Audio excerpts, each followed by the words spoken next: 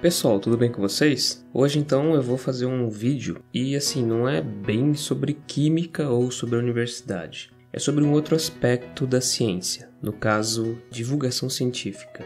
E por que eu vou falar sobre divulgação científica? Porque a divulgação científica é um aspecto bastante importante que muitas vezes não é bem abordado. Bom, como contexto histórico, é bastante interessante. Por quê? Porque a divulgação científica, com esse nome, ou popularização científica, ela começa num período muito instável. No caso, então, aqui temos nessa imagem, Estados Unidos e União Soviética. Sim, é o que vocês devem estar pensando, Nós estamos falando sobre a época da Guerra Fria. Então isso é o chamado pós-guerra, Então a divulgação científica começa a surgir mais ou menos em 1950. Só que aqui o que eu vou falar para vocês não são características políticas propriamente dita, Então não vou ficar falando sobre socialismo, capitalismo, eu vou falar mais sobre o contexto tecnológico. E por que o contexto tecnológico? Porque o contexto tecnológico faz com que tanto os Estados Unidos quanto a União Soviética comecem a ganhar o escopo de países que vão servir de guias para uma nova ordem mundial. E para isso, então, o país que tivesse o melhor exército, a melhor capacidade de receber e enviar informação, tudo isso seria considerado como característica de um bom guia. Então, com isso, para demonstrar que nesse período eles tinham a competência para ser um guia tecnológico, eles tinham que fazer artefatos mandarem e receberem informação a uma grande distância. E a maior distância possível era qual? O espaço. Por quê? Porque se eu conseguisse mandar uma informação para um artefato, para um equipamento que estivesse no espaço, e esse equipamento depois retornasse informações para mim, isso significa que eu conseguiria mandar informações e receber informações de qualquer ponto da Terra. Então, quem dominasse o espaço iria com certeza ser considerado um novo guia mundial. Então, dessa forma, a União Soviética, em 1957, eles lançam o projeto Sputnik, com dois projetos. O primeiro projeto é chamado de Sputnik 1, que é, na realidade, um satélite de telecomunicações. Talvez tivesse alguma coisa relacionada também com espionagem, mas na realidade era um satélite de telecomunicações e que praticamente funda a tecnologia moderna. Então é o satélite que faz com que comece a ter um novo escopo tecnológico e científico. Então era uma forma de você conseguir mandar informações e receber informações e até observar o mundo de uma forma diferente. Um mês depois, em 3 de novembro de 1957, a União Soviética lança o Sputnik 2, o Sputnik 2. Só que esse projeto ele não tem somente um escopo de ser um satélite de telecomunicações, mas sim também tem característica de ser cápsula espacial. Dentro do Sputnik 2 vai um ser vivo, no caso a cadelinha Laika, que no caso durante essa aventura que impuseram a ela acaba vindo a óbito devido ao estresse e o calor que surgiu dentro da cápsula. Todavia, a tecnologia que estava sendo aplicada nessa cápsula já se mostrava suficiente para abrigar vida. E esse foi o primeiro experimento que eles fizeram para observar se um ser vivo conseguia ficar vivo em uma região muito alta da Terra, mesmo que estivesse dentro de uma atmosfera controlada, ou seja, a atmosfera da cápsula. Então, no início de 1958, mais especificamente 31 de janeiro, os Estados Unidos, para não ficar atrás da União Soviética, eles lançam um projeto chamado Explorer, um satélite. E ele era um pouco mais robusto que o Sputnik. No caso, ele tinha dentro da sua fuselagem algumas câmeras que foram muito importantes para a exploração do espaço.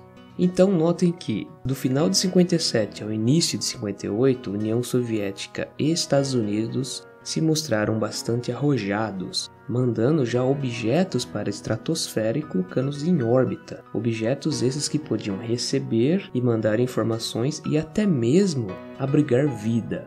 Todavia, em 1961, mais especificamente no dia 12 de abril, a União Soviética mais uma vez assombrou o mundo com o projeto Vostok. E nesse projeto Vostok, eles têm a construção de uma cápsula. Entretanto, essa cápsula ela não vai levar agora um cachorrinho, mas sim um ser humano. No caso, o primeiro cosmonauta da história. Ou seja, estou falando de Yuri Gagarin, que quando esteve em órbita, ele proferiu a seguinte frase: "A Terra é azul". Os Estados Unidos então se sentiu muito ameaçado com isso e, na década de 60, inicia-se então o chamado Projeto Apollo. Esse projeto vinculava uma organização civil, no caso a NASA, juntamente agora com o governo norte-americano. Esse projeto ele se inicia em 1961 e vai até 1979, sendo que o homem efetivamente chega à Lua no ano de 1969, e isso foi então o ápice tecnológico do homem durante esse período. E é muito interessante a gente pensar nisso. Por quê? Porque durante os anos 50 até o início da década de 70, o desenvolvimento tecnológico que ocorreu foi praticamente exponencial. Foi o maior desenvolvimento tecnológico que ocorreu na humanidade. O homem saiu da Terra e foi parar na Lua, isso em muito pouco tempo, em menos de 20 anos o homem conseguiu fazer isso. Já na década de 70, mais especificamente no dia 14 de maio, os Estados Unidos efetivam o projeto Skylab, que no caso foi a primeira estação espacial. E agora então nós chegamos no momento bastante interessante desse raciocínio, que é o seguinte: os Estados Unidos ele começa a perceber que na frente dos seus projetos haviam pessoas que eram de outros países. No caso do projeto Apollo, por exemplo, eles se utilizaram para encabeçar o projeto o alemão Wernher von Braun, que foi um dos responsáveis pela construção de foguetes durante o período dos nazistas. Ele era um alemão que veio fugido para os Estados Unidos após a Segunda Guerra Mundial. E aí o que aconteceu? Os Estados Unidos começaram a perguntar: por que nossos projetos a gente tem que trazer esses gringos, né? Essas pessoas de fora? Será que não existem gênios aqui que a gente pode utilizar?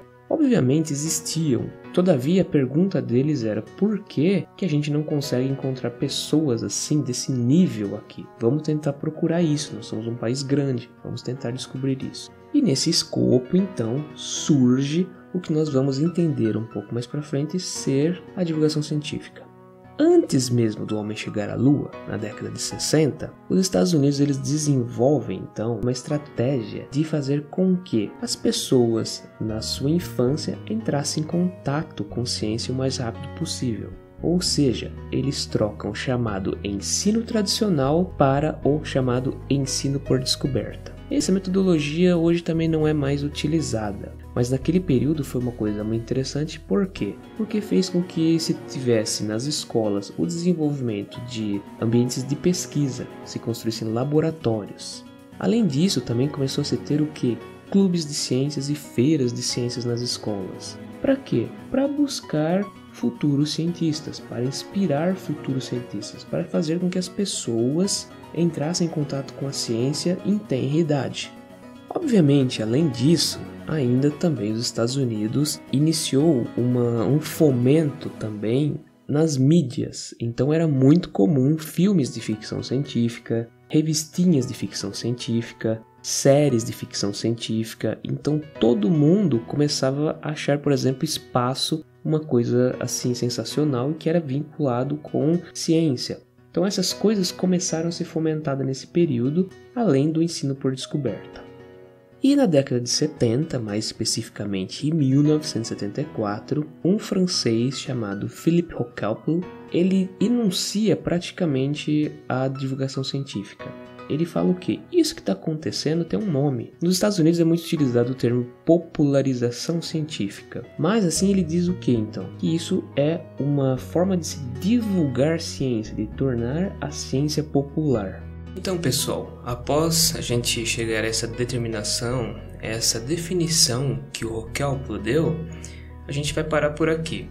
No próximo vídeo eu vou continuar explicando desse ponto para frente, mas até agora então nós sabemos o que? Para começar-se a falar de divulgação científica, houve a necessidade de se apegar ao desenvolvimento científico, a necessidade de se buscar novos cientistas e por fim definir essa ação. Então dessa forma a gente vai começar a ver o que acontece da década de 80 para frente no próximo vídeo. Então quero agradecer quem assistiu o vídeo até aqui, pedir para deixar um like, compartilhar o vídeo, curtir o nosso canal e até o próximo vídeo.